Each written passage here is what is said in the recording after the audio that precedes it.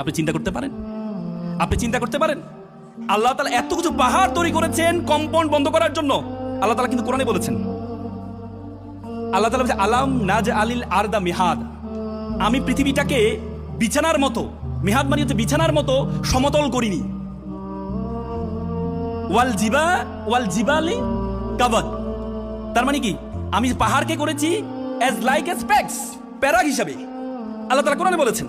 তার মানে এত কিছু পাহাড় পর্বত পানি আগুন সব কিছুর চেয়ে সবচেয়ে বেশি শক্তিশালী হচ্ছে কি?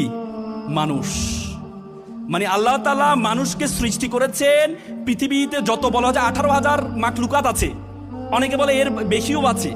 সে 18,000 মাখলুকাতের মধ্যে আল্লাহ তাআলা আপনাকে আমাকে বলেছেন কুনতুম খায়রা উম্মাত।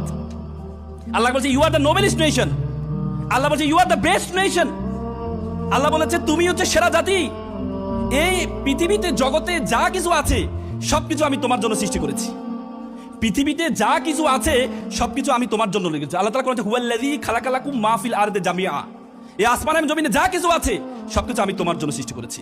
আর তোমাকে আমি সৃষ্টি করেছি ওয়ামা খালাকতুল জিন্না ওয়াল ইনসা ইল্লা লিয়াবুদুন, আর তোমাকে আমি সৃষ্টি করেছি শুধুমাত্র আমার ইবাদত করার জন্য, শুধুমাত্র আমার ইবাদত করার জন্য।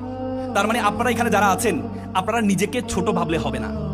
আল্লাহ তাআলা আপনাকে অনর্থক সৃষ্টি করেনি, আল্লাহ তাআলা আপনাকে অনর্থক সৃষ্টি করেনি, আপনাকে আল্লাহ তাআলা কোনো একটি কারণে সৃষ্টি করেছেন, সেটির জন্য আপনি যেতে পারেন নাই বলে আপনি ভাবেন আল্লাহ তাআলা আপনাকে অনর্থক সৃষ্টি করেছেন।